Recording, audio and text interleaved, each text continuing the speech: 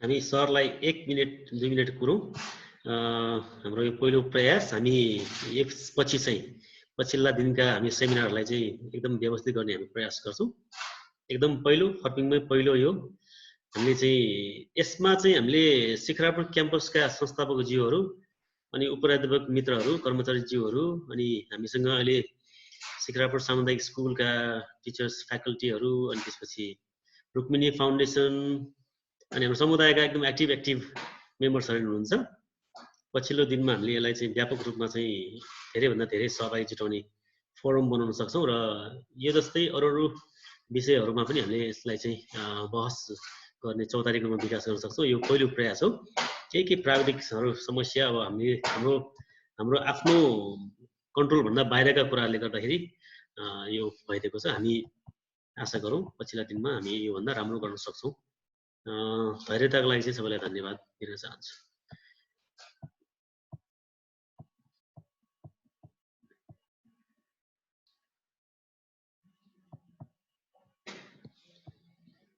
कलेजको विद्यार्थीहरू नि हुनुहुन्छ शिखरापुर क्याम्पसको।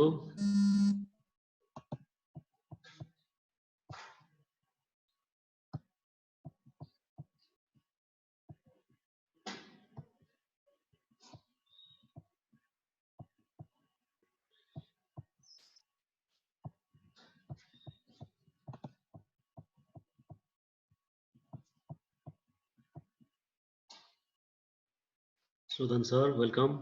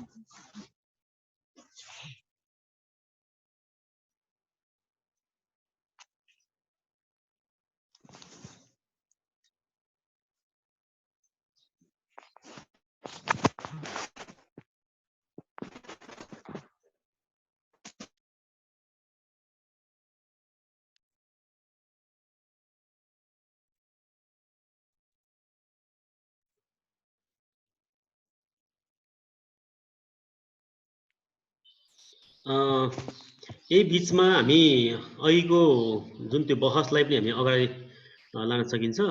कसैलाई केही कुरा थप्न मन छ भने तपाईँले माइक अन गरेर बोल्न सक्नुहुन्छ। हामी एकैछिन हामी टाइम लिँदैछौँ।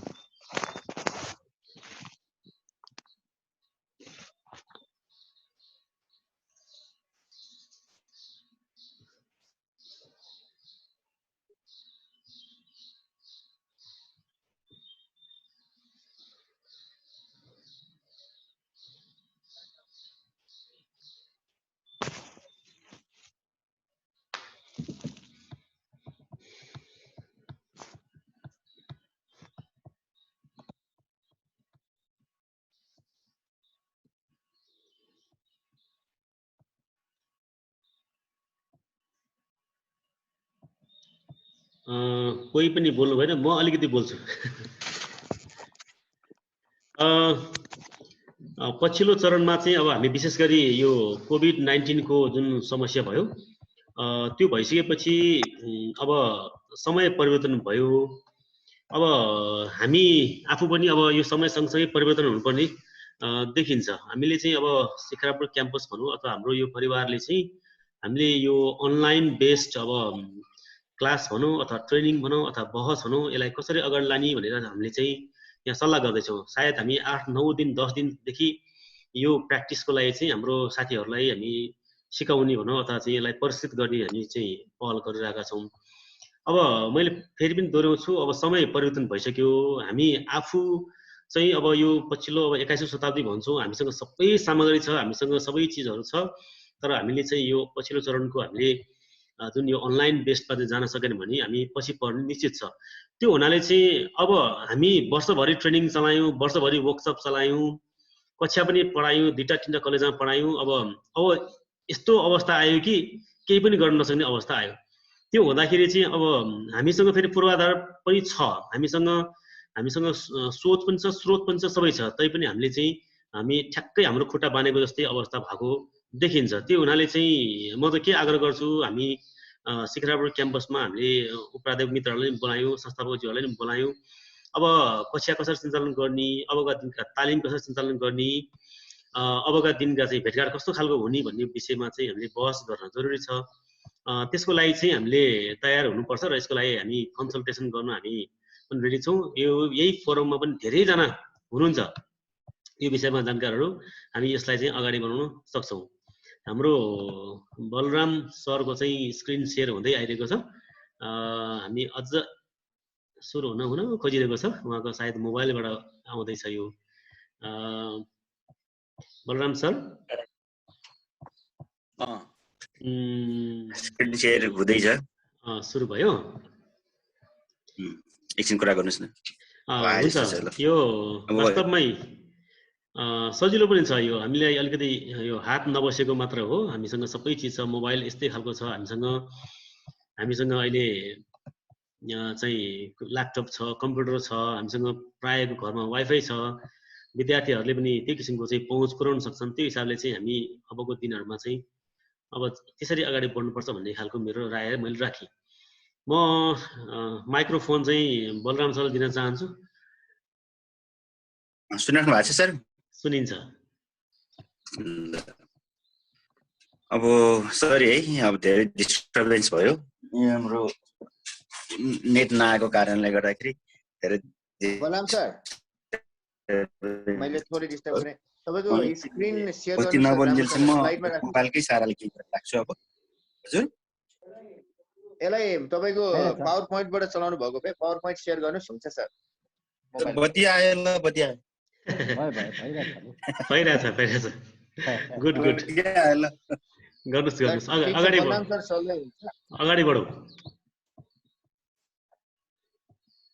म ल्यापटपबाट उहाँ ल्यापटपबाट जोइन गर्दै हुनुहुन्छ। हुन्छ। निरा सर, म यो अनलाइन क्लासको थोरै अनुभव हुन्छ प्लिज शेयर गर्छु है त सर। प्लिज हामीले बागेश्वरी कलेजमा हामीले अनलाइन क्लासका प्र्याक्टिस गरी आइरहेका छौँ।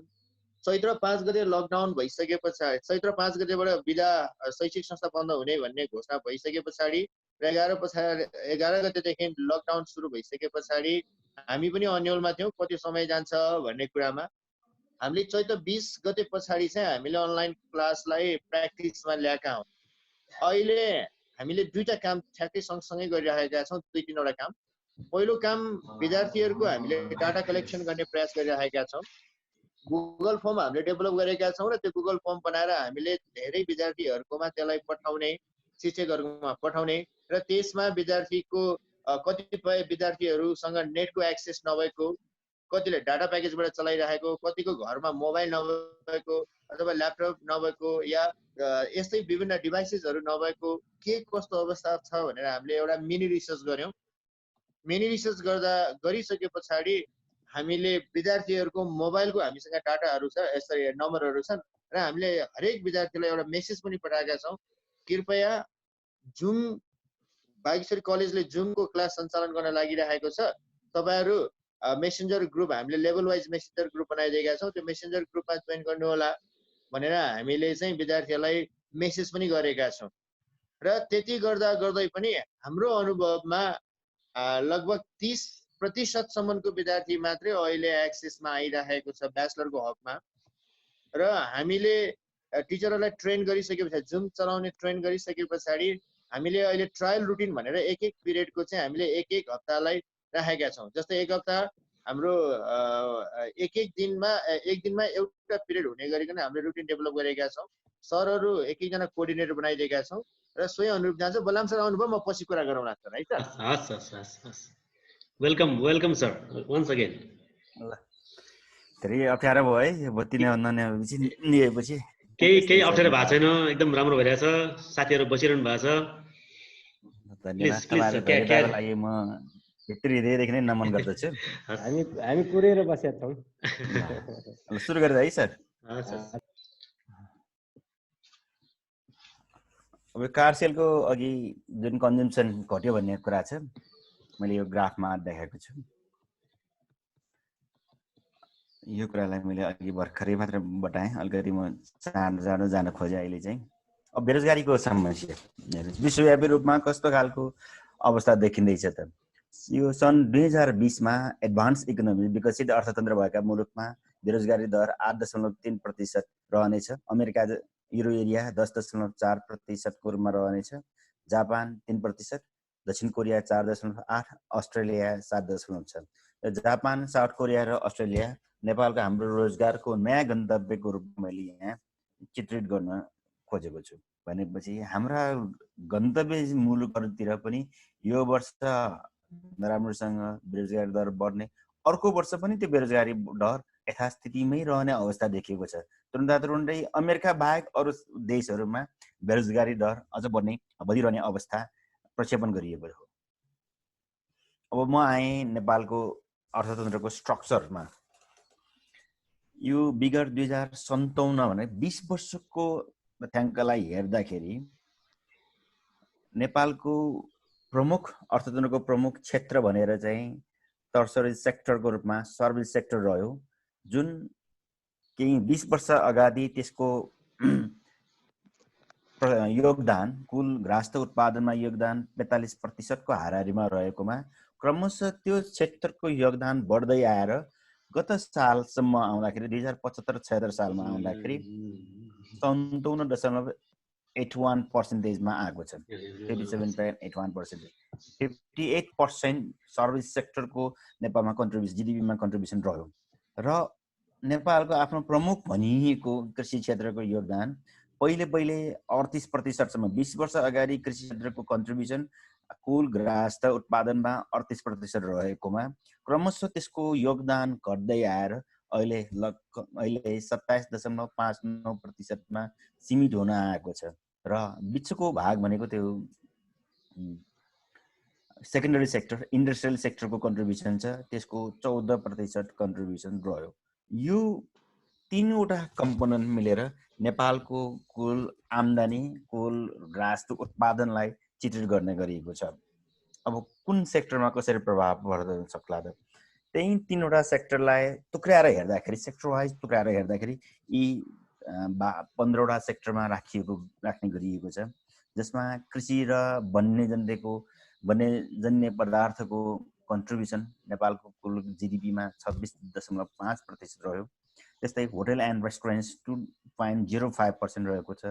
एजुकेसन सेक्टरको 7.06, हेल्थ एन्ड सोसियल सेक्टर वर्कको 1.75 रहेको छ।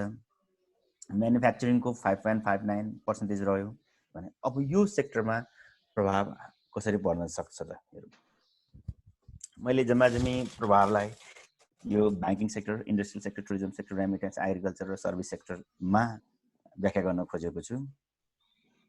जस्तै एग्रिकल्चर सेक्टर, कृषि, मैले अघि पनि भने कृषि क्षेत्र नेपालको बढी जनसङ्ख्या निर्भर रहेको क्षेत्र हो। निर्भरता बढी तर कन्ट्रिब्युसन कम भएको क्षेत्र। अहिले पनि 60% भन्दा बढी जनताहरू कृषिमा निर्भर छ भन्ने गरिन्छ, तर त्यसको कन्ट्रिब्युसन अर्थतन्त्रमा 27-28% मात्र रह्यो। यो कोभिड-19 को कारणले गर्दाखेरि यो सेक्टरमा कस्तो खालको प्रभाव पर्ला त भन्दाखेरि सर्ट टर्ममा छोटो अवधिमा अल्पकालीन समयावधिमा राम्रै इम्प्याक्ट पर्ने देखिन्छ। राम्रै भन्नाले प्रोडक्सन इन्क्रिज हुने खालको मैले अनुमान गरेको छु, किनकि सहर बजारमा रोजगारी गुमाइसकेपछि सबैजना आफ्नो गाउँघर फर्केका छन्। गाउँघरमा काम नपाउनेको अवस्थामा हाम्रो अरू अघिपछि सुक्खा रहने जग्गा जमिनहरू हामीले खोसेर अहिले बाली नाली लाउन थालेका छौँ। सबैजना घर परिवार मिलेर बाली नाली स्याहार्नतर्फ लागेका छौँ। सिजनल कामलाई हामीले सबै मिलेर साथ दिएका छौँ। त्यसले गर्दाखेरि गोडमेल गर्न पाउने, लेबर पाउने कारणले गर्दाखेरि छोटो अवधिको निम्ति यो भनेको 2-3 महिनाको निम्ति चाहिँ हाम्रो प्रोडक्सन बढ्ने देख्दछु। तर एउटा समस्या के छ त भन्दाखेरि हाम्रो कृषि क्षेत्रको विशेषता यो परम्परागत छ। त्यस्तै जीविकोपार्जनको लागि मात्र कृषि भइरहेको अवस्था छ। त्यसो भन्नुको अर्थ यहाँ के छैन त भनेको मोडर्नाइज छैन, कृषि व्यावसायिक बन्न सकिरहेको अवस्था छैन। विदेशबाट आएका केही युवाहरूले चाहिँ नेपालमा व्यावसायिक कृषि खेती गरे तापनि त्यसको समग्र अर्थतन्त्रमा देखिने खालको इम्प्याक्ट आइसकेको छैन। त्यसले गर्दाखेरि कृषिबाट हामीले धेरै आशा गर्न सक्ने ठाउँ देखिएन। त्यसकारण इम्प्याक्ट थोरै मात्र पर्ने सेक्टरको रूपमा हामीले कृषिहरूलाई हेर्न सक्छौँ।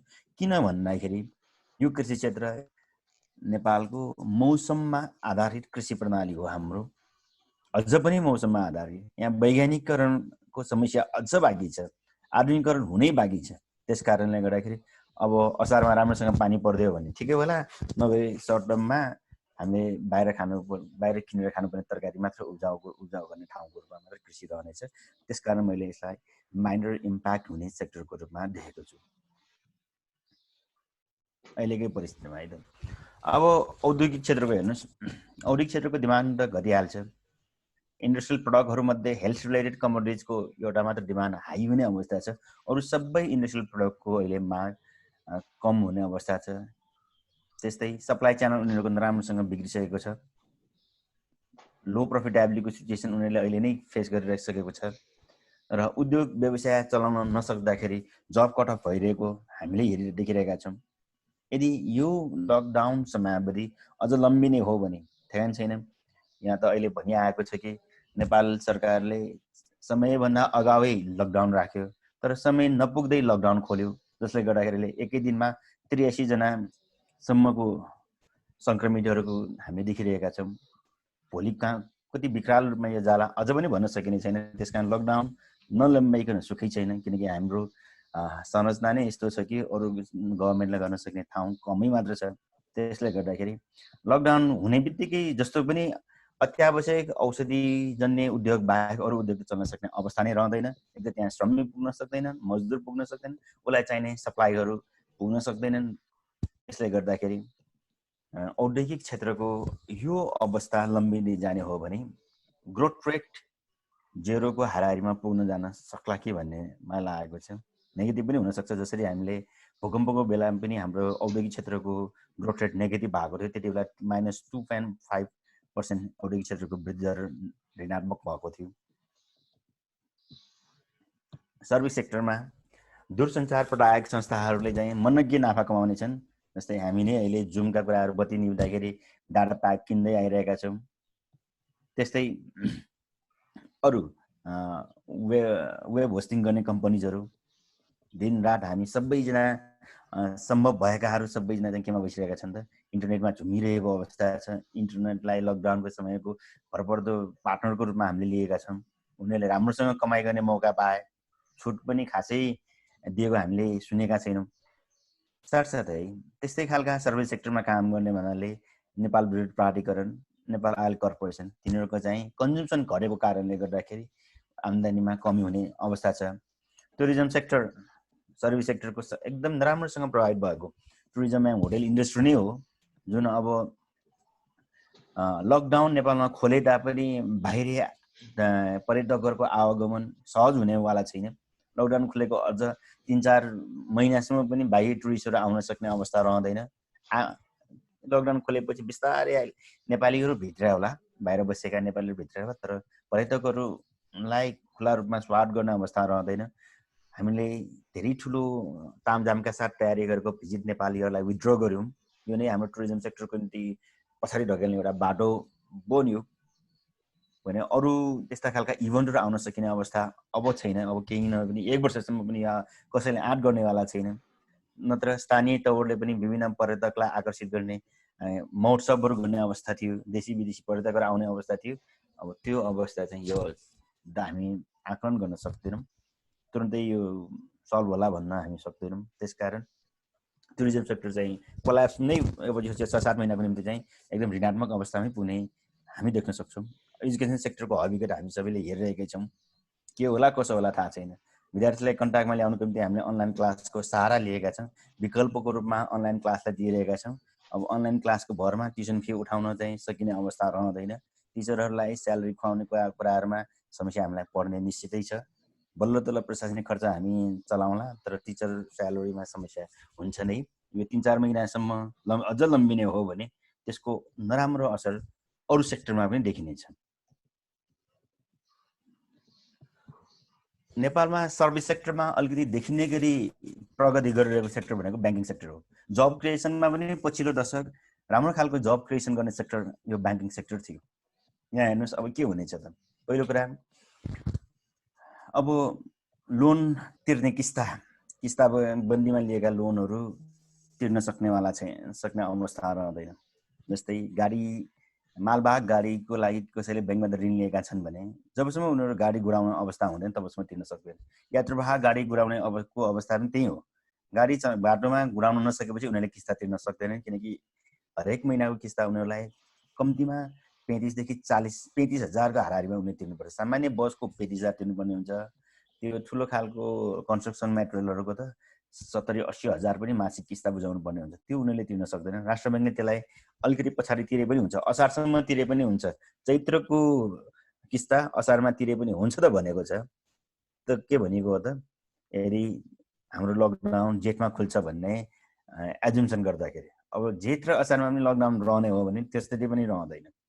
त्यसकारण अहिलेको क्वार्टरमा विभिन्न ब्याङ्कहरूको फाइनेन्सियल रिपोर्ट चाहिँ सकारात्मक नै देखिएको छ, तर असारकोमा चाहिँ भन्न सकिने अवस्था रहँदैन। यो कारणले गर्दाखेरि आम्दानीको महत्त्वपूर्ण स्रोत भनेको नै दाजदा आम्दानी हो। या आम्दानी त अरू सामान्य पसल व्यवसायले पनि तिर्न सक्ने अवस्था छैन। लोन डिस्बर्समेन्ट बन्न छ, नयाँ लोन लिन कोही पनि बाहिर गइरहेको अवस्था छैन। निराशाजनक वातावरणमा व्यवसाय गर्न नयाँ कर्जा जाने अवस्था हुँदैन, भएकाले उठाउन नसकिने, नयाँ लिन नआउने भएपछि ब्याङ्कको प्रमुख स्रोतमै राम्रो धक्का पर्नेछ। र यो समयभरिमा हामी आम जनसमुदायको पनि आम्दानी घटेको, खर्च बढेको, आम्दानीका स्रोत हाम्रो सुकेको छ। यो समयमै हामी 10-12 ठाउँमा क्लास लिँदै भए पनि आफ्नो जोहो गर्थ्यौँ र आएको स्यालेरीलाई चाहिँ सिधै ब्याङ्कमा डिपोजिट गर्ने अवस्थामा हुन्थ्यौँ भने अब हामीले पुरानो जोगिएको आम्दानीबाटै दिनचर्या गर्नुपर्ने अवस्था छ। समग्रमा यति मात्र होइन कि ब्याङ्किङको एलसी कारोबारदेखि लिएर विदेश पठाउने पैसादेखि लिएर अरू सबै ट्रान्ज्याक्सन भोल्युममै ठुलो मात्रामा गिरावट आउनेछ, जसले गर्दाखेरि पहिलो इफेक्ट नाफामा नै हुनेछ, नाफा घट्नेछ। बैङ्कले नाफा धेरै कमाउन नसकेपछि अहिले रहेको उसको बजार मूल्य मार्केट प्राइस पर सेयर पनि त्यही रहने छैन, घट्नेछ, जसले गर्दाखेरि अहिले घटिरहेको नेप्सेलाई अझ बेयरिश ट्रेन्डमा लग्नेछ। अझ अर्को 5-6 महिना नेप्सेलाई बेयरिश ट्रेन्डमा लग्ने हो कि अहिले 11,000-1200 को रेन्जमा रहेको हिजोबाट नेप्से खोलेको छ, हिजो पनि नेगेटिभमै गएको छ। सायद अत्यावश्यक अवस्थामा बाहेक नेप्सेमा कारोबार गर्नको निम्ति लगानीकर्ता जाने छैन, नयाँ लगानीको अवसरको निम्ति उनीहरू तयार हुनेवाला छैन, उनीहरू आशावादी हुने ठाउँ साह्रै न्यून छ, जसले गर्दाखेरि नेप्सेलाई ओह्रालो झार्ने क्रमले निरन्तरता पाउने म देख्छु। रेमिट्यान्स चाहे पनि नचाहे पनि हामीले कुरा उठाउनु पर्ने एउटा सेक्टर हो। यसले केही वर्षमा के पनि गरेको छ त भन्दाखेरि 23% देखि 28% नेपालको अर्थतन्त्रमा वा कुल जिडिपीमा त्यसको कन्ट्रिब्युसन रहेको सेक्टर हो। झन्डै कृषि क्षेत्रको जति योगदान छ त्यति बराबर नै रेमिट्यान्स सेक्टरले धानेको देश छ। यहाँ हेर्नुहोस्, नेपाल सरकारको रिपोर्टले नै के भनेको छ त भन्दाखेरि अहिले 40 लाख भन्दा बढी नेपालीहरू विदेशमा छन्। त्यो रोजगारीमा संलग्न रहेको संख्या 40 लाख छन्। यो तथ्याङ्क भयो। अब के हो इफेक्ट हुन्छ त? आउटफ्लोको हिसाबमा यो साल मात्र क्युमुलेटिभ हेर्ने हो भने यो सालले मात्र पनि 25 लाख भन्दा बेसीले चाहिँ श्रम स्वीकृति लिएर विदेश गएको देखिन्छ। यो साल यो सङ्ख्या घट्यो, अब घट्नेवाला नै छ, अब नयाँ आउनेवाला छैन।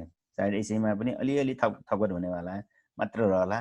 ट्रेन हेर्दाखेरि विगत केही वर्षदेखि ओह्रालो लाग्दै गरेको बाहिर जानेहरूको सङ्ख्या, विदेशमा काम गर्न जानेको सङ्ख्या ओह्रालो लाग्दै गरेको अवस्थामा 2019-20 को तथ्याङ्क यसमा राख्दाखेरि अझ नराम्रो हुने अवस्था छ बाहिर जानेको सङ्ख्या नै। बाहिर जाँदाखेरि काम गर्न जाने हाम्रो डेस्टिनेसन कन्ट्री कुन हो त हेर्नुहोस्। अहिले 2018-19 मा हेर्नुहोस्, सबसे बढी काम गर्ने जाने हाम्रो भनेको कटार थियो, रह्यो, जहाँ 32% कामदारहरू काम गर्छन्। त्यसपछि युएई मा 26%, साउदी अरेबिया 19.5%, कुवेत 6.8%, त्यस्तै बहराइन, मलेसिया। यी कुराहरू हेर्दाखेरि मलेसिया, कटार, युएई, साउदी अरेबिया र कुवेत यी 5वटा देशमा मात्र चाहिँ जम्माजम्मी विदेशमा काम गर्न जानेहरूको सङ्ख्याको 92% रह्यो। 100 जना बाहिर काम गर्न जान्छन् भने 92 जना चाहिँ यी 5वटा मुलुकमा काम गर्छन्। अब यी 5वटा मुलुकको एउटा मलेसिया बाहेक अरू 4वटाको एउटा कमन विशेषता छ, त्यो भनेको यी सबै देशहरू भनेको तेल निर्यातमा निर्भर रहेका देशहरू हुन्। विश्वव्यापी रूपमा तेलको मागमा कमी आउँदाखेरि यी देशहरूको आम्दानीमा जरुर रूपमा नराम्रो प्रभाव पर्नेछ।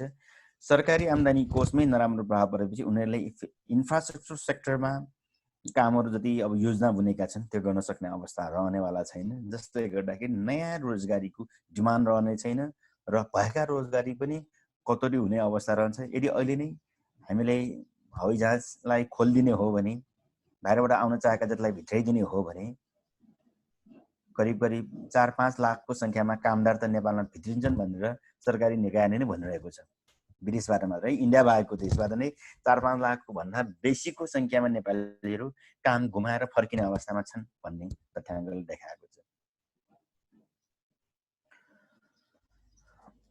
पैसाको हिसाबमा, प्रिपरेसन पठाउनेको हिसाबमा हेर्नुहोस्, कटार 1 नम्बरमा पर्छ, जसले 54 अर्ब रुपियाँ प्रिपरेसन गएको 4 महिना पठायो भन्नाले 70%। हामी प्रतिशतमा हेरौँ, यो रकम चाहिँ 4 महिनाको मात्र तथ्याङ्क भएको कारणले गर्दाखेरि प्रतिशतमा हेरौँ, कटारले 70%, Bharat 14%, UAE 13%, Saudi Arabia 12%, Malaysia 9%, America 8%, Japan 7%, Kuwait, Bahrain, Korea, बेलायत, अस्ट्रेलिया र अन्य गरी जम्मा अन्य मुलुकहरूको 5.9%, अस्ट्रेलिया पनि बिस्तारै पैसा पठाउन थालेको छ, 0.4% छ, बेलायत 1.7%, बेलायत युरोपियन मुलुकमा काम गर्नेहरूको रेमिटेन्स पठाउनेहरूको अवस्था त अहिले कमजोर हुने नै छ। अस्ट्रेलियाको तथ्याङ्क पनि आएको छ।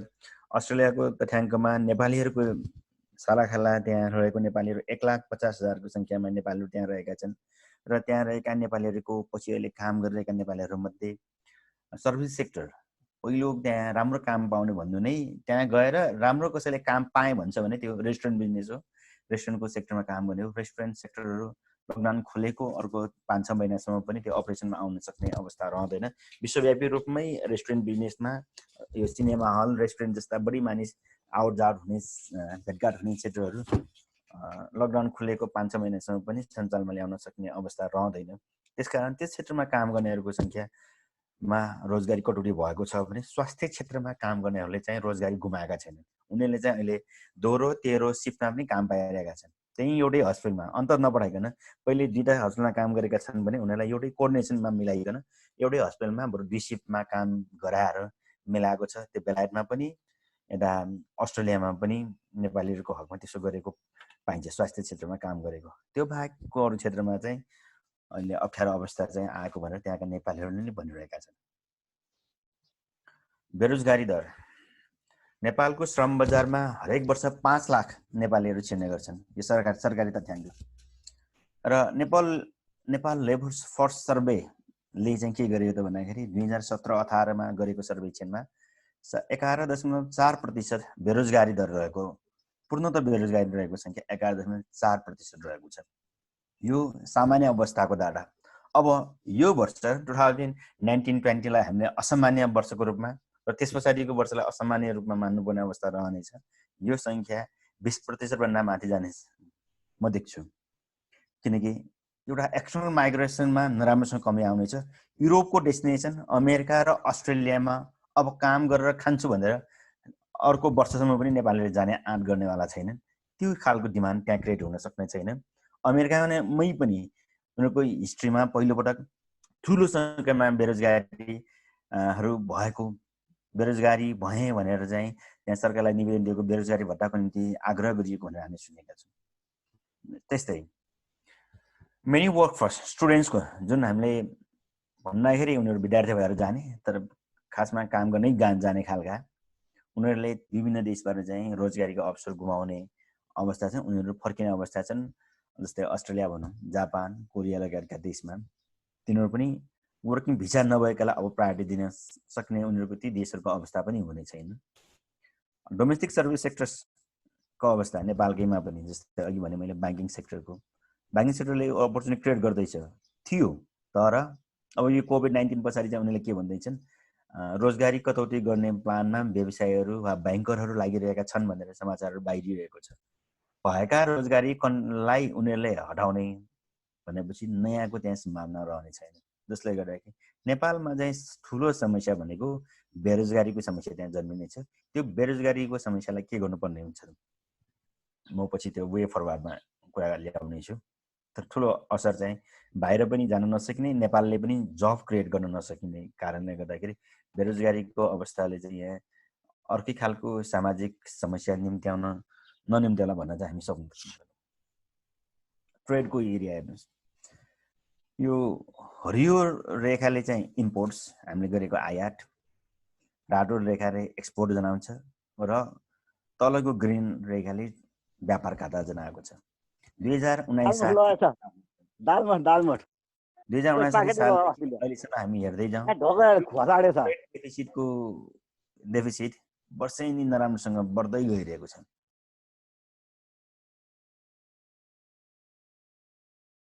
हामीले के गर्न सक्यौँ, ट्रेड डेफिसिट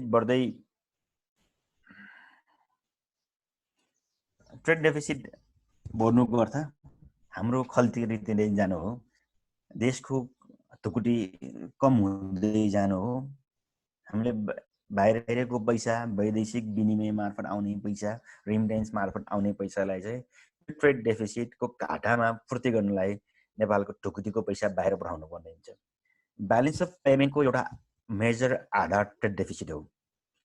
ट्रेड डेफिसिट नराम्रो हुने नै भयो। अब ब्यालेन्स अफ पेमेन्टमा अर्को कन्ट्रिब्युट गर्ने एरिया भनेको चाहिँ फरेन इन्भेस्टमेन्ट हो। अब फरेन डाइरेक्ट इन्भेस्टमेन्ट कति आउला त, फरेन एसिस्टेन्स कति आउला त, हामीले हेरिरहेका छौँ। हरेक सालको नेपाल सरकारको बजेट बनाउने क्रममा 20% को हाराहारीमा वैदेशिक ऋण र सहायता मार्फत हाम्रो घाटा बजेट पूर्ति गर्ने भनिएको हुन्छ नर्मल अवस्थामा। अरू सबै देशहरू तङ्ग्रिएको अवस्थामा भनेपछि यो कोभिड-19ले त विश्वव्यापी रूपमा नै सबै देशलाई समस्या पारेको छ। नेपाल त अझ कम प्रभाव परेको हो। स्पेन, इटली जस्ता देशहरूको तुलनामा त हामी कहाँ प्रभावै परेको छैन भन्दा पनि भयो। अमेरिकामा त्यहाँ 1 लाख मान्छे मर्ने अवस्थामा पुगिसकेको छ भनेपछि ती देशहरूले अहिले आफ्नो आम्दानीको ठुलो अंश त्यहाँको हेल्थ सेक्टरमा इन्भेस्ट गरिरहेको छ। त्यो कोभिड-19सँग फाइट गर्नको निम्ति खर्च गरिरहेको अवस्थामा उसले कसरी हामी जस्ता देशहरूलाई, विकासोन्मुख देशलाई अब वैदेशिक सहायता पहिलेकै ढङ्गमा दिन सक्ला? आफूसँग भए पो उनीहरूले बढी दिने हो। सामान्य हामीले दान दिने थ्योरीमै पनि त्यस्तो हो। आफ्नो गोजीमा धेरै पैसा भए हामी बढी दिन्छौँ, आफ्नो गोजी नै स्याप छ भने हामी मोहर खोजेर दिन्छौँ भने जस्तै। अब बाहिरी कम्पनीहरूले पनि लगानी गर्न नसक्ने, सरकारले पनि सहयोग गर्न नसकिने अवस्थामा अलिअलि भए पनि पूर्ति गर्ने, यो व्यापार घाटालाई पूर्ति गर्ने, ब्यालेन्स अफ पेमेन्टमा माइनस हुनको निम्ति रोक्ने भनेको एफडिआई र फरेन एसिस्टेन्स हो, वैदेशिक सहायता, त्यो पनि घट्ने अवस्था छ। त्यस्तै हेर्नु होला, गभर्मेन्टले हरेक अर्को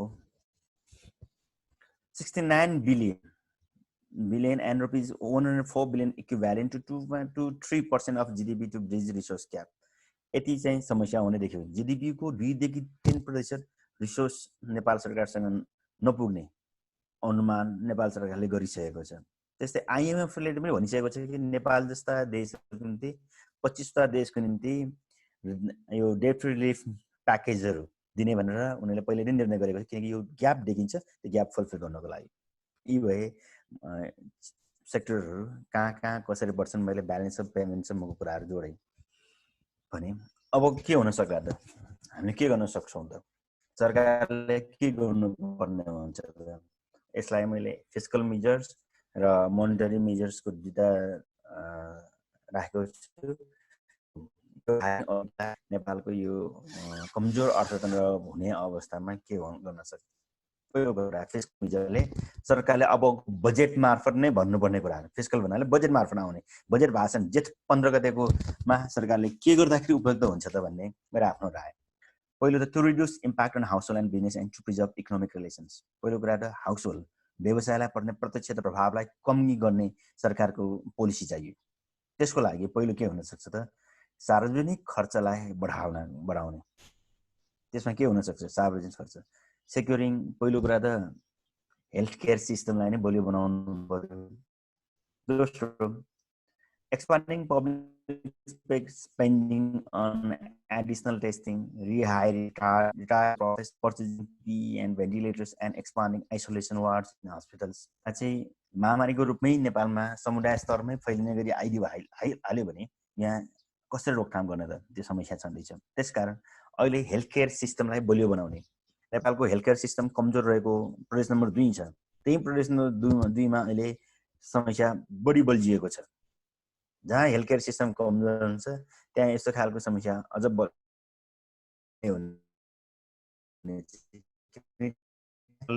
अहिलेसम्म पनि छैन।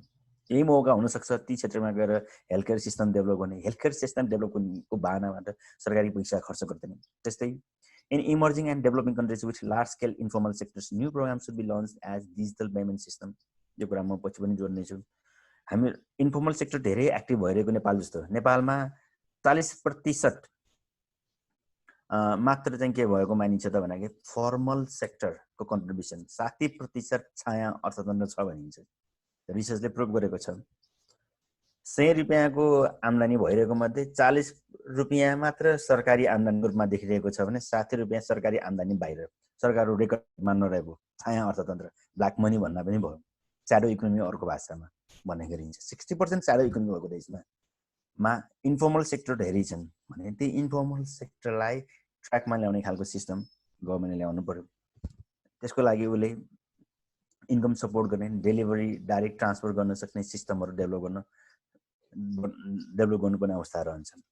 अरू देशले के गरे त हेर्नुहोस्, जर्मनी, स्पेनले उनीहरूले temporary interest free tax deferrals, उनीहरूले सस्पेन्डेड डेब्ट contracts and targeted cash transfer जस्ता self employment, small and medium size इन्टरप्राइजेसको डेभलपमेन्ट गर्ने प्रोजेक्टहरू उनीहरूले ल्याए। केही समयको निम्ति इन्ट्रेस्ट फ्री ट्याक्सको कुराहरू गरे होइन। त्यस्तै इन्डियाले पनि के गर्यो त भन्दाखेरि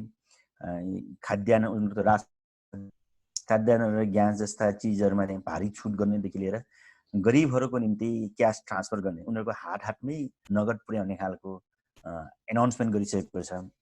थाइल्यान्डले के गरेको छ, excess value added tax refunds, भ्याटलाई रिफन्ड गर्ने कुराहरू।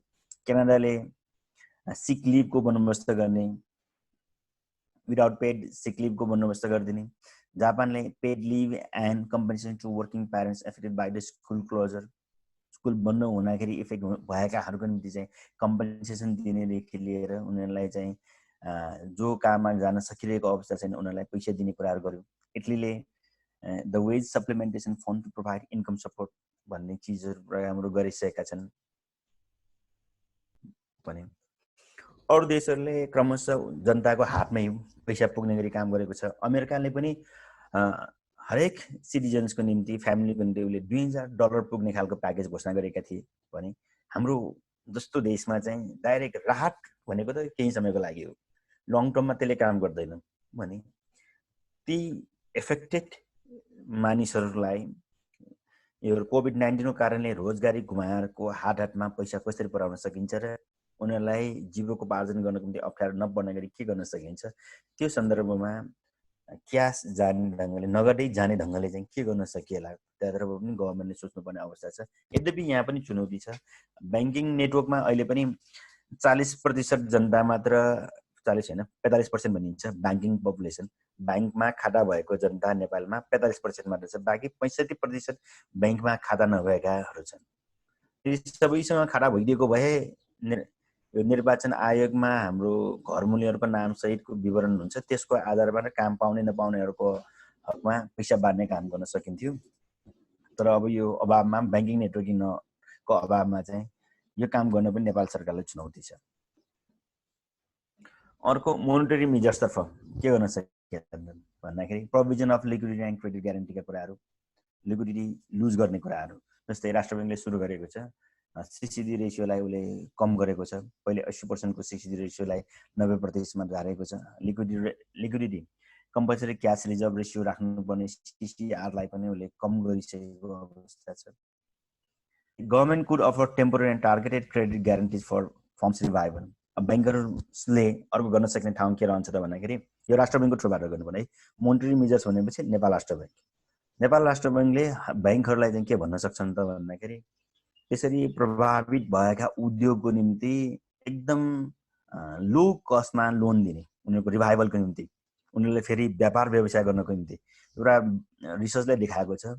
यस्तो खालको समस्यामा, महामारीमा सबसे बढी प्रभावित हुने क्षेत्र भनेको स्मल एन्ड मिडियम स्केल इन्टरप्राइजहरू हुन्। ठुल्ठुला उद्योग त केही समय काटमा खान्छ, पछि फेरि उनीहरू तङ्गिन सक्छन्, व्यवसाय सञ्चालन सक्छ। तर साना तथा मझौला उद्योग सञ्चालन गर्ने, भर्खर उद्योग सञ्चालन गरेकाहरूलाई यो मार पर्ने बित्तिकै पछि पनि व्यवसाय सञ्चालन गर्नको निम्ति गाह्रो हुन्छ। त्यसै लोन रिस्ट्रक्चरिङ गर्ने, रिफाइनेन्सिङ गर्ने, रिनेगोसिएट गर्ने, उनीहरूको किस्ता अवधिलाई पछि धकेल्नेदेखि लिएर ब्याजमा छुट गर्ने कुराहरू गरेर पनि के गर्न सकिन्छ त मोनिटरी मेजर्स गर्न सकिन्छ। त्यो राष्ट्र ब्याङ्कको थ्रुबाट धेरै त गरेको छ, तर यद्यपि पनि छुट दिन नसकिने कुराहरू, ब्याजमा छुट दिन नसकिने कुराहरू ब्याङ्करहरूले भनिरहेको छ। यी बाहेक केही कुराहरू यो दिँदा कुरा त मैले भनिसकेँ। अर्को नेपाल सरकारको तर्फबाट यो समयमा गर्न सकिने कुरा भनेको इलेक्ट्रिसिटीको ट्यारिफलाई कम गर्ने। इन्टरनेट यो भनेको सारा जनतालाई घरमा पैसा पुर्याउनु जस्तै हो, किनकि बिजुली प्रयोग गर्ने जनताहरूको सङ्ख्या कम्प्यारिटिभली अरू सेक्टरभन्दा हामी बढी छौँ भने यो क्षेत्रमा सरकारले बिजुलीको पैसा रकम मिना गर्ने, छुट गरिदिने काम गर्न सक्यौँ भने यसले चाहिँ के गर्न सक्नेछ, अप्रत्यक्ष रूपमा सरकारको राहत पुर्याएको नै हुनेछ। सरकारी कम्पनी पनि भएको कारणले सरकारले बरु नेपाल विद्युत प्राधिकरणलाई अनुदान दिने हो कि के गर्ने हो, त्यो बापट गरेर चाहिँ भारी मात्रामा चाहिँ बिजुलीको रकममा मात्रामा गिरावट ल्याउन सक्यौँ भने, छुट दिन सक्यौँ भने त्यसले हाम्रो आयात, ग्यासको आयातमा ठुलो धक्का पुग्नेछ, आयात कम गर्न सहयोग पुग्नेछ, राहत पनि मिल्नेछ। अहिले चलिआएको विद्यालयदेखि लिएर सबै विद्यार्थीहरूलाई इन्टरनेट फीकै समस्या हो। महँगो छ इन्टरनेट फी। ब्रोडब्यान्ड इन्टरनेट हरेक महिना 1000 रुपियाँ तिरेर राख्न सक्ने हैसियत धेरैजनाको छैन। सबैजना मोबाइल डाटा प्याकेजमा छ। हुन त शिक्षा प्याकेज त आइसकेको छ, त्यसको प्रभाव हामी हेर्न बाँकी नै छ। अलिकति भए पनि त्यहाँ हामीले राहतको महसुस गर्न सक्ने खालको प्याकेज त आएको छ। त्यस्तै अर्को गर्न सकिने केमिकल फर्टिलाइजर फ्री कस्टमा बाँड्ने, धेरै पैसा पर्ने होइन। नेपालमा अहिलेको यो अवस्थामा राम्रो खालको उन्नत बिउ बिजनहरू सबैलाई खेती गर्न प्रोत्साहन गर्नको निम्ति चाहिँ कतिको बिउ छैन। अहिले हामी भोक्टरमा हेरिरहेका छौँ। पहिले सबैले चाहिँ यो हाइब्रिड धानको रोपे, अब अहिलेसम्म हाइब्रिड धानको बिउ आइरहेको छैन। बिउ राख्ने टाइम आइसकेको छ, पाएको छैन। धेरै जाने पनि मेरो परिवारलाई 1 किलो त्यो धानको बिउ दिने हो भने पुग्ने थियो भने सारा किसानहरूलाई पुग्ने गरी त्यति कुराहरू पनि गरिदियो भने भोलिको खाद्य सम्प्रभुता रक्षा गर्ने पनि यसले एउटा बाटो खोलिदिन्छ। नभए फेरि बिउ अभावमै पनि के हुनसक्छ त भन्दाखेरि यो खेती गर्न मिल्ने जग्गाहरू पनि खेती नहुने अवस्था आउन बेर छैन। त्यति छुट गर्नेतर्फ नेपाल सरकार लाग्नुपर्ने हुन्छ। त्यस्तै local level should be mobilise for make sure that all arable land is cultivated including summer paddy. यो कुरामा धेरै स्थानीय तहहरू आफैले लागिसकेका पनि छन्। अझ केन्द्रीय सरकारले नै, सङ्घीय सरकारले नै यसमा अलिकति जोड दिने हो भने राम्रो हुन्छ। बाँझो रहेको जग्गालाई यो मोमेन्टमा चाहिँ के गर्ने त हामीले स्थानीय निकायको पहलमा, स्थानीय सरकारको पहलमा त्यसलाई खेती किसानी गर्ने, थुप्रै जग्गाहरू भाँजै बसेको अवस्था थियो, रोजगार गर्ने सबैजना विदेशीको अवस्थामा। अब यो सङ्कटकालीन अवधिमा त्यस्ता खालका सबै जग्गाहरू प्लटिङको नाममा होस् वा गाउँमा युवाहरू नभएको कारणले बाँझो रहेका जग्गाहरूमा दीर्घकालसम्म पनि खेती गर्न सक्ने ढङ्गले चाहिँ युज गर्न सकिने अवस्था ल्याउन सक्यो भने त्यो राम्रो हुनेछ। त्यस्तै अब सप्लाई चेन डिस्ट्रप्सन हुँदाखेरि, ट्रान्सपोर्टेसन सर्भिसेसहरूमा रोकावट आउँदाखेरि, पासको बन्दोबस्त राम्रो नहुँदाखेरि, सहरी पासको बन्दोबस्त राम्रो नहुँदाखेरि उत्पादित कति कृषि उत्पादनहरू कृषकले त्यही ठाउँमा पुर्याउनु पर्ने, बाटोमै मिल्काउनु पर्ने अवस्था छ। वेयर हाउस फेसिलिटिज छैन हामीसँग, गोदाम गर्न सक्ने शीत भण्डारको बन्दोबस्त ठाउँ ठाउँमा छैन। त्यस कारणले गर्दाखेरि ती उत्पादित चिजलाई मार्केटमा ल्याउने मेकानिजम कसले गर्ने हो? त्यो स्थानीय सरकारले गर्ने पो हो कि आफ्ना कार्यकर्ताहरू छानी सहरबाट टिपेर गाउँसम्म पुर्याउन सक्नेले यो फुड आइटमलाई पनि त्यसरी छानी ल्याएर ठाउँमा पुर्याइदिन सक्ने हो भने सबैलाई नै राहत हुने थियो। त्यस्तै अघिको कुरा गरे नेपालमा अर्को हामीले एउटा नदेखेको नपाएको भनेको कुरियर सर्भिसको। कुनै चिज लिनु पर्यो भने यहाँ सबै हाम्रो क्यास इन डेलिभरी। यदि कुरियर सर्भिस राम्रो हुने हो भने हामी बजारमा गएर किनमेल गर्नुपर्ने अवस्था नै आउने थिएन। लकडाउनमा हामी सुरक्षित घरमै बस्थ्यौँ, तर घरसम्म ल्याइदिने केही पनि चिजै छैन। उनीहरूलाई ई पेमेन्टको राम्रो बन्दोबस्त छैन। सबैले क्यास इन डेलिभरीको बन्दोबस्त छ। ई कमर्स राम्रो भइसकेको छैन। नेपाल राष्ट्र बैङ्कले धेरै ढिला मात्र ई कमर्सको ई पेमेन्टको लागि चाहिँ ऐन जारी गर्यो। ऐन बनाउन हामीलाई धेरै वर्ष लाग्यो भने यसको इम्प्लिमेन्टेसन हुन अझ धेरै वर्ष लाग्नेछ। नेपाल राष्ट्र बैङ्कले अलि तदारुका साथ लागेर ई पेमेन्ट ई कमर्सलाई चाहिँ राम्रो गरी त्यो सिस्टम डेभलप गरिकन कुरियर सर्भिसलाई चाहिँ बुस्टअप गर्नु पर्यो। हाम्रो घर आँगनमा हरेक चिज ल्याउन सक्ने खाली हुनु पर्यो। यसमा चीनमा लकडाउनको अवधिमा सशक्त भूमिका खेल्ने एउटा निकाय भनेको कुरियर सर्भिस थियो। मान्छेहरूलाई फुड डेलिभरी गर्नेदेखि लिएर सबै कामहरू कुरियर सर्भिसले गरे। अनि हाम्रा रेस्टुरेन्ट व्यवसायलाई पनि काम मिल्छ। हामीले नै हेरौँ कति भइसक्यो, तपाईँलाई पनि त्यस्तो लाग्यो होला। मोमो कहिले खाउँ जस्तो भइसक्यो। 45 दिन 50 दिन भइसक्यो मोमोको टेस्ट गर्न नपाएको। मोमोको स्वाद कति आइसकेको छ हामीलाई। तर अर्डर गर्दाखेरि पनि मोमो ल्याइदिने कुनै पनि निकाय छैन यहाँ। मोमोको अर्डर लिने यहाँ रेस्टुरेन्ट पनि छैन, किनकि उनीहरूसँग त्यो सर्भिस दिने, कुरियर सर्भिस दिने, डेलिभरी सर्भिस दिने मेकानिजमै छैन। नभए त रेस्टुरेन्टभित्र बसेर उनीहरूले त होम डेलिभरी गर्न सक्ने अवस्था हुन्थ्यो नि। रोजगारी पूर्णरूपमा बन्द नहुने अवस्था हुन्थ्यो नि। त्यो पनि हुन सकेन। यात्रामा ध्यान दिनुपर्ने अवस्था रह्यो। मूलत के चाहियो त भन्दाखेरि विदेशबाट फर्किनेलाई के गराउने। नेपालमा नेपालीहरू भारतमा बस्ने नेपालीहरूको सङ्ख्या अहिले के मानिएको छ भन्दाखेरि करिब 20 लाखको हाराहारीमा चाहिँ नेपालीहरू भारतमा छन् भन्ने गरी होइन। 20 लाख चाहिँ एब्सेन्ट पपुलेसन। यो 2011-12 को तथ्याङ्कमा 20 लाख चाहिँ एब्सेन्ट पपुलेसन, घरमा नभएको पपुलेसन। र 20 लाख मध्ये 37% जनसङ्ख्या चाहिँ एब्सेन्ट पपुलेसनको 37% जनसङ्ख्या भारतमा काम गर्छन् भन्ने तथ्याङ्क छ। त्यो हिसाबमा सालाखाला 10 लाख नेपालीहरू भारतमा छन्। अहिले तथ्याङ्कको एउटा अभाव के छ भन्दाखेरि हामीले अनुमान गर्न नसकेको। अरू देशमा जानेहरूको सबै रेकर्ड छ, भारतमा जानेहरूको सङ्ख्या पनि हामीसँग नेपाल सरकारसँग छैन।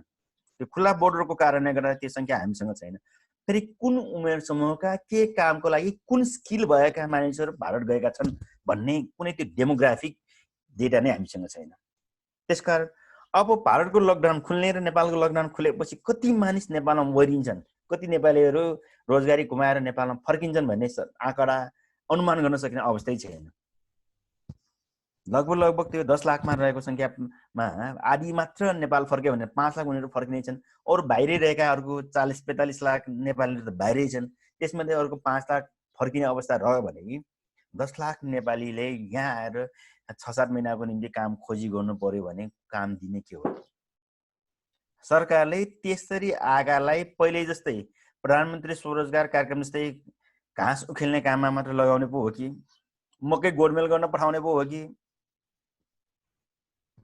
वा साँच्चीकै पछिसम्मलाई पुग्ने गरी चाहिँ उद्योग स्थापना गर्दै त्यसमा लाग्ने, पूर्वाधार विकासमा उनीहरूलाई साँच्चीकै योगदान गर्न सक्ने ढङ्गले काममा लगाउने हो? त्यो चाहिँ ठुलो चुनौती हो। उचित रोजगारी योजना अहिलेको सरकारको सबसे ठुलो चुनौती हुनेछ। त्यो बनाउन सकेन भने अहिले त के समस्या हामीले भोगेका छौँ, अब यो लकडाउन खुलेको 6 महिना पछाडि हुनेछ। त्यो सीमा नाका खुलेपछि एरोप्लेन आउन सक्ने अवस्था भइसकेपछि त्यसपछि हामीले चाहिँ यो लकडाउनको आर्थिक प्रभाव त्यसपछि हामीले प्रत्यक्ष भोग्ने हुन्छौँ। त्यसकारण अब हाम्रो स्केल ठुल्ठुलो उद्योग कलकारखाना खोल्न सक्ने अवस्था छैन।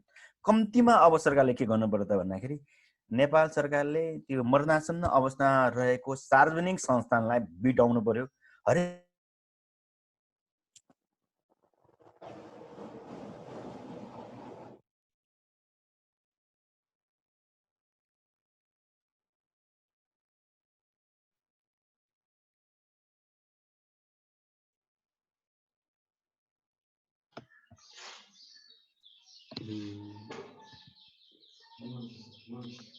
बलराम सर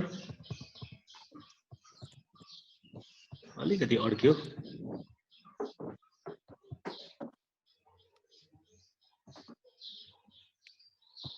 सुन्नु भएको छ बलराम सर?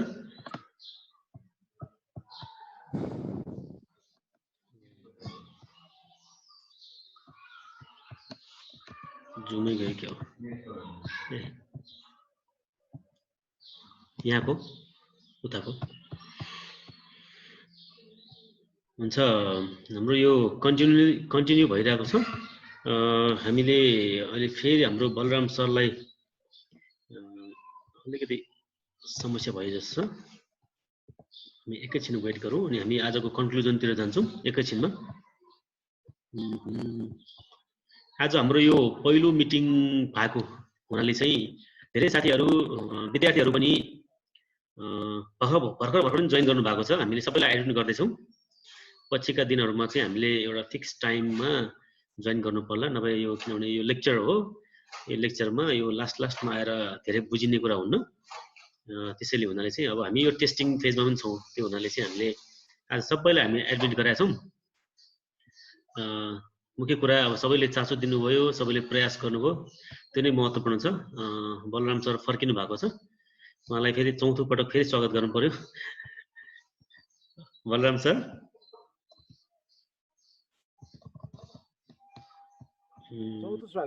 चौथो स्वागत आए सर।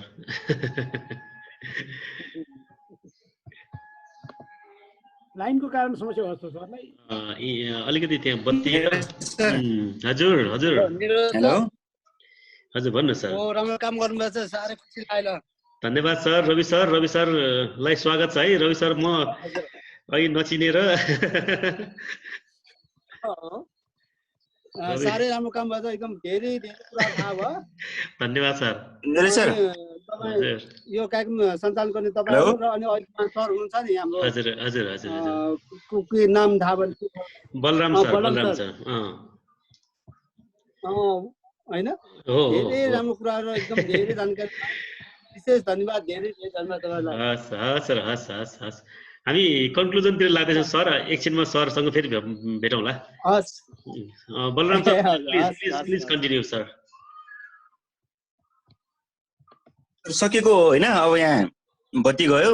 हजुर मेरो प्रेजेन्टेसन नै सकिएकै हो, अलिकति बाँकी रह्यो। ठिकै छ। हजुर मेरो भएको काम सके जस्तै भयो। अब केही प्रश्नहरू छन् भने सरहरू ल केही जिज्ञासाहरू छ भने अब अर्थशास्त्रीको विद्यार्थीको हैसियतले दिन सक्ने जति जवाब दिने म प्रयास गर्नेछु। अहिले म मोबाइलबाटै छु। हुन्छ सबैलाई धन्यवाद। विशेष गरी सरलाई धन्यवाद, हाम्रो धनकुमार सरलाई धन्यवाद, राजन सर, रवि सर, अब सम्पूर्ण सहभागी सबै साथीहरूलाई धन्यवाद दिन चाहन्छु। हामी केही प्रश्नहरू लियौँ। अब अघि नै हामी सर नहुँदाखेरि केही कुराहरूमा हामी छलफल गऱ्यौँ। कसैलाई यसमा चाहिँ एकदम स्पेसिफिक भएर चाहिँ कोही क्वेसनहरू छ भने चाहिँ तपाईँहरूले माइक अन गरेर नै सोध्न सक्नुहुन्छ। सर पनि लाइभ नै हुनुहुन्छ। त्यो गर्दाखेरि एकदम छोटोमा भूमिका नबनाइकन अनि एकजना बोल्दाखेरि अरू नबोल्ने शर्तमा चाहिँ क्वेसन सोध्न सक्नुहुन्छ। हुन्छ, the floor is open now.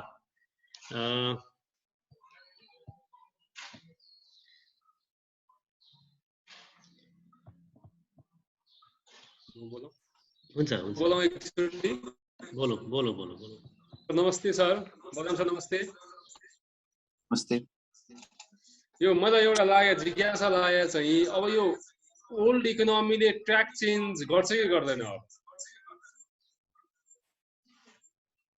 Track change भन्नाले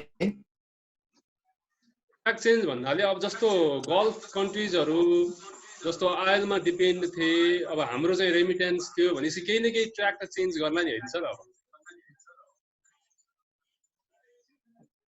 अब केही समयको निम्ति यो कोभिड-19 को असर नरोकुन्जेलसम्मको निम्ति जुन देशहरू आत्मनिर्भर थिए जुन देशसँग आफ्नै ठाउँमा उत्पादनको अवस्थाहरू रहेका थिए ती देशहरूले चाहिँ चाँडै रिकभरीमा जाने अवस्था देखिन्छ। जुन देश बढी चाहिँ निर्भरता अरू देशसँग निर्भर रहेका छन् ती देशहरूको निम्ति चाहिँ इकोनोमी राम्रोसँग माथि आउने अवस्था रहँदैन र ती देशमा हाम्रो यदि रोजगारीका गन्तव्यहरू छन् भने त त्यहाँबाट फर्किने पर्ने अवस्था हुन्छ। जस्तै चीनले के गर्यो त भन्दाखेरि चीनको इन्टरनल कन्जम्सन रेट हाई छ। उसले विदेशमा उसको उपभोग राम्रो नभए पनि डिमान्ड नभए तापनि आफ्नै पपुलेसनको आन्तरिक माग मार्फतमै भए पनि उसले आफ्नो इकोनोमीलाई टेक्न सक्छ। उत्पादन उसँग छ, उसँग माग गर्ने आफ्ना उत्पादन बेच्ने बजार पनि उसँग छ।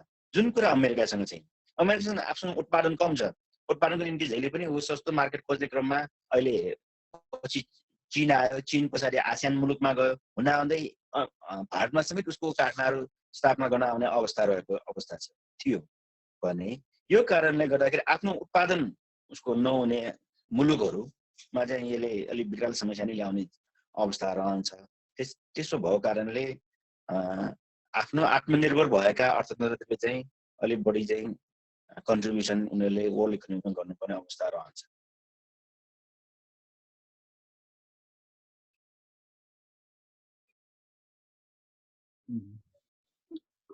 यो समय एकछिन सोधौँ हजुर।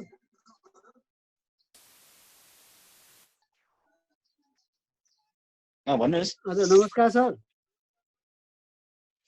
नमस्कार।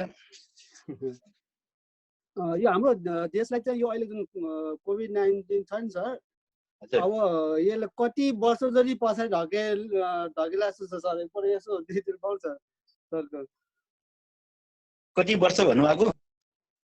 कति समयसम्म हामी कति समय पछि पढ्यो सर हामी? अब त्यो कति समय पछि पढ्यो भन्ने त भन्न गाह्रै छ सर, कसरी हिसाब गर्ने। तर फेरि धेरै असर नपर्ला जस्तो लाग्छ मलाई। किनकि हामी भनेको त्यति चलायमान अर्थतन्त्र भएको मुलुक नभएको कारणले गर्दाखेरि बिचमा पनि हामी के भयो त भन्दाखेरि हामीले विगत 20 वर्षसम्म आफ्नो अर्थतन्त्र राम्रोसँग चल्दै सकेन र गएको 2 वर्ष अगाडि एउटा चाहिँ भूकम्प गएको नाकाबन्दी सकेको 1 साल मात्र हो हामीले अलिकति उत्साहजनक आर्थिक वृद्धि हासिल गरेको थियो भनेको 7% र यो साल पनि 8% नर्मल अवस्था भएको 8% को आर्थिक वृद्धि हासिल गर्ने सरकारले लक्ष्य राखेको थियो। अब फेरि हामी भुलेकै जस्तै 2 दशकमा जसरी हाम्रो आर्थिक वृद्धि दर रह्यो त्यस्तैमा रहने भयो कि 2 दशक हामी 3 देखि 4% को बीचमा रह्यौं नि। अब यो कारणले चाहिँ अर्को वर्ष पनि यस्तै हुने अवस्था हुन्छ। वर्ष कसरी भयो त्यो त थाहा भएन सर। हस् सर, धन्यवाद सर। कसैलाई हाम्रो यसमा चाहिँ स्पेसिफिक क्वेसनहरू सोध्नु छ भने सरहरूले यसो माइक अन गर्नुहोस् अथवा मैले एउटा जोडौँ फेरि जोडौँ। सर यो यसको केही न केही पोजिटिभ इम्प्याक्ट्स पनि त हुन्छ होला नि, नेगेटिभ इम्प्याक्ट त देखियो। जस्तो एउटा इक्जाम्पल चाहिँ काठमाडौँ डिसेन्ट्रलाइज भएर गाउँतिर केटाहरू जाँदाखेरि अथवा गाउँतिर बस्तीहरू अलिकति बसाइ सर्दाखेरि त्यसले केही पोजिटिभ इम्प्याक्ट ल्याउँछ होला कि जस्तो लाग्छ मलाई चाहिँ लागे मात्रै हुनसक्छ। त्यस्तो केही हुन्छ सर नेपालको कन्टेक्स्टमा? अब यो लम्बिनु पर्छ के सर। अब त्यो हामीले चाहना गर्ने कि नगर्ने। अहिले हामी 2 महिना गयो, 2 महिना होइन अर्को 6 महिना लम्बियो भने चाहिँ तपाईँले भन्नुभएको सकारात्मक प्रभाव देखिनेछ। नभए त तुरन्तै आउनेछ, एकछिन गाह्रो भयो भाग्यो फेरि सहिलो भयो फर्किनेछ। अर्को मैले देखेको तपाईँले उठाउनु भएको नेगेटिभ मात्र होइन पोजिटिभ इम्प्याक्ट पनि एउटा छ। जस्तै अब ग्लोबलाइजेसन होइन लोकलाइजेसनको कुरा हुन्छ। जुन जुन देश बढी ग्लोबलाइज भए विश्वका अरू देशहरूसँग उनीहरू इन्टरेक्ट बढी गरे ती देशहरूमा नराम्रो प्रभाव पर्यो। जुन देशहरू नेपाल जस्तो कम मात्र अरूसँग इन्टरेक्ट गरेका देशहरूमा यसको प्रकोप कम मात्र पर्यो। हामीसँग त त्यही भारत एउटा मात्र चुनौती रह्यो नि। यदि भारतसँग पनि हामीले एउटा प्लेनबाट आउनुपर्ने देश भइदिएको भए त नेपालको आफ्नै कोभिडको बिरामी त कोभिड नहुने अवस्था थियो रह्यो, जम्मा एउटै इन्टरनेसनल एयरपोर्ट छ। अब के आउनेछ? लोकलाइजेसनको कन्सेप्ट आउनेछ। ग्लोबलाइजेसनको ठाउँमा अब लोकलाइजेसन, आफ्नै गाउँठाउँमा आत्मनिर्भर हुने खालको कुराहरू चाहिँ अगाडि बढ्ने एउटा चान्स पनि दिनिन्छ। साथसाथै अघि तपाईँले भन्नुभएको जस्तै पोजिटिभ इम्प्याक्ट पनि छ। अर्को जस्तै शिक्षा क्षेत्रमा हामीले अब प्रविधिको इन्फर्मेसन एन्ड टेक्नोलोजीको प्रयोग अब हामीले सिकिरहेका छौँ। यदि कोभिड-19 नआउनु हो त हामीलाई यो जुम भन्ने नै थाहा हुने थिएन सर। साँच्ची म आफै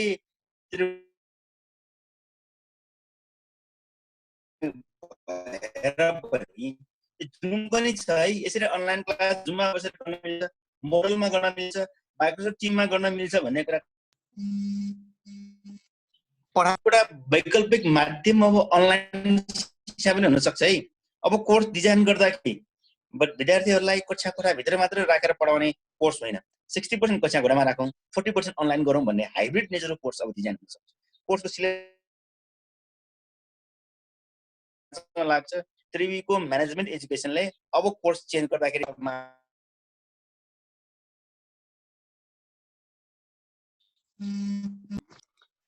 फोन हरेक 5-5 वर्षमा कोर्स चेन्ज गर्दाखेरि अब अनलाइन शिक्षण पद्धतिलाई पनि कोर्सभित्र घोषार्ने छ। यो चाहिँ हाम्रो पोजिटिभ इम्प्याक्ट भनौँ न। हामी नयाँ नयाँ स्किल सिक्दैछौँ। अरू प्रश्न? अब हामी 1-2वटा प्रश्न लिन्छौँ, त्यसपछि हामी अलिकति समयभन्दा ढिला भएको हुनाले कतिजनाको साथीहरूको मिटिङ होला, छोड्न अप्ठ्यारो हुन्छ, सरको नि बिजी सेड्युल हुनसक्छ। 1-2वटा क्वेसन हामी लिन सक्छौँ, त्यसपछि हामी कन्क्लुजनतिर जान्छौँ। प्लिज।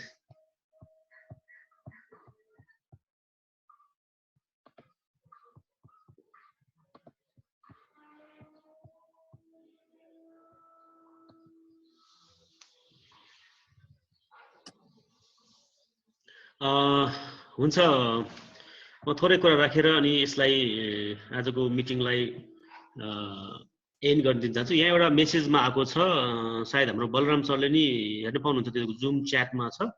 नेपालको केसमा रेस्पोन्सिबल कन्जम्सन र प्रोडक्सनमा के कस्तो असर पुग्छ सर सोध्नु पर्यो भन्नुभएको छ। हाम्रो सन्देशजी प्युठानबाट हुनुहुन्छ, हाम्रो मित्र हुनुहुन्छ। नेपालको केसमा रेस्पोन्सिबल कन्जम्सन र प्रोडक्सनमा के कस्तो असर पुग्छ भनेर सोध्नु भएको छ सर। बलराम सर सुन्नु भएको छ? मेरोमा देखाएको छैन, तपाईलाई मात्र प्राइभेट क्वेसन हो त्यो। हजुर, हजुर, म फेरि भन्छु है, नेपालको केसमा रेस्पोन्सिबल कन्जम्सन र प्रोडक्सनमा के कस्तो असर पुग्छ सर भनेर लेख्नु भएको छ।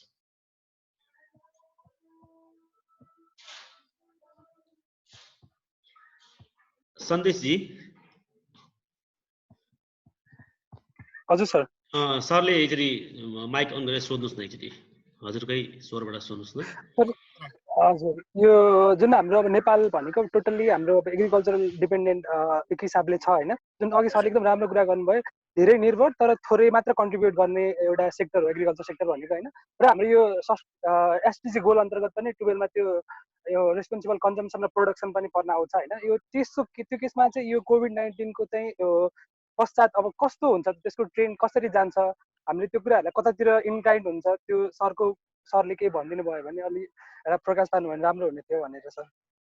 मैले चाहिँ यसमा अलि डिटेली हेर्न पाइरहेको पाएको छैन सर, त्यसकारण अहिले चाहिँ जवाब दिन सकिने अवस्था आएन सर। म यो नेपालको सन्दर्भमा मैले यो अहिले जुन कोभिड-19 को असरहरू हेरिरहेका छु, यसमा हामी जनरलाइज वेले मात्र कुरा गरिरहेका छौँ। त्यसकारण यसमा डिटेलमा भित्रसम्म गएर मैले यो अध्ययन गर्न पाएको छैन। यदि पछि कुनै मेटेरियल मिल्यो भने म हजुरसँग सेयर गर्छु है सर। हुन्छ, छ भने हामी एउटा अन्तिम प्रश्न लिन्छौँ, कसैको प्रश्न छ भने, नभए हामी अब धन्यवाद सेसनतिर जान्छौँ। जुजुकाजी सरको एउटा क्वेसन छ, जुजुकाजी सरको माइक अन गरेर सोध्न सक्नुहुन्छ कृपया? उहाँले चाहिँ is the price of luxurious goods will be decrease in international market भनेर सोध्नु भएको छ सर।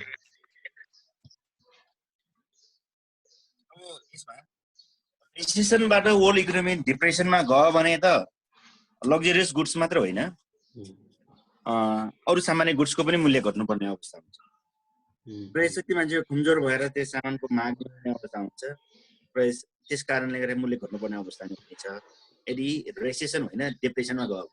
तर अहिलेसम्म इन्टरनेसनल मोनेटरी फन्डले डिप्रेसनमा जाने आकलन गरेको छैन। मात्र उसले के चेतावनी दिइरहेको छ, यदि तपाईँहरूले फेरि पनि ट्रेड वारको उपाय गर्नुहुन्छ भने डिप्रेसनमा जान सक्नुहुन्छ भनेको छ। अस्ति भर्खरै पनि अमेरिकाले चिनिया सामानमा फेरि भन्सार बढाउने भन्ने अर्को गर्यो। यो कोभिड-19 कै दौरानमा पनि फेरि ट्रम्पले त्यो काम गरेको छ।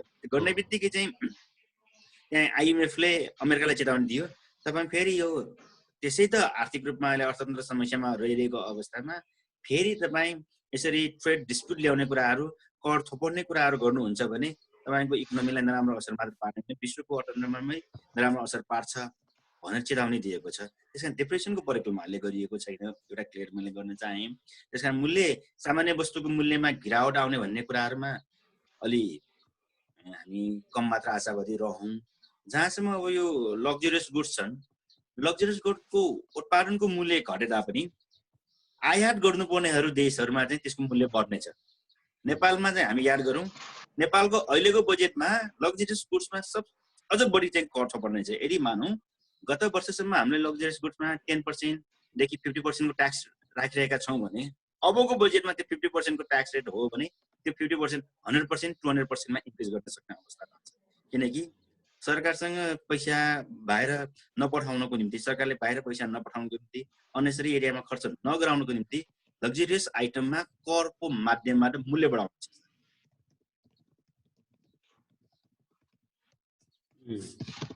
त्यो उत्पादन लागत घटे पनि हामीले चाहिँ उपभोग गर्न पाउनेवाला छैन।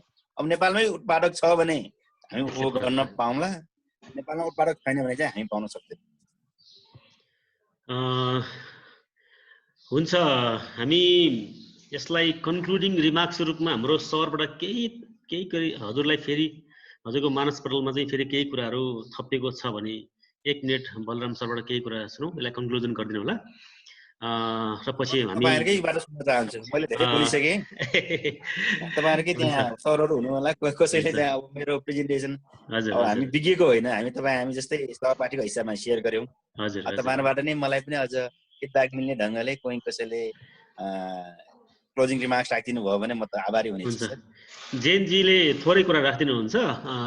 प्राविधिक पार्टमा चाहिँ तपाईले एकदम छोटोमा उहाँले गर्नुहुन्छ, किनभने हामीले यो जेनजी अनि हामी यो विशेष बागेश्वरी कलेजसँग आज मिलेर यो काम गरेका छौँ। अरू कुनै संस्थालाई, कुनै स्कुल कलेजलाई पनि यो खालको कामहरू गर्नु पर्यो भने हामीले अब एउटा पाइलटिङ गर्यौँ, त्यसमा हामी सहयोग गर्न सक्छौँ भन्ने कुरा छ। अब जेनजीको कुरा 1 मिनेट सुनौँ, त्यसपछि हामी कन्क्लुजनमा जान्छौँ। Thank you. सबै सर नमस्कार सर। नमस्कार।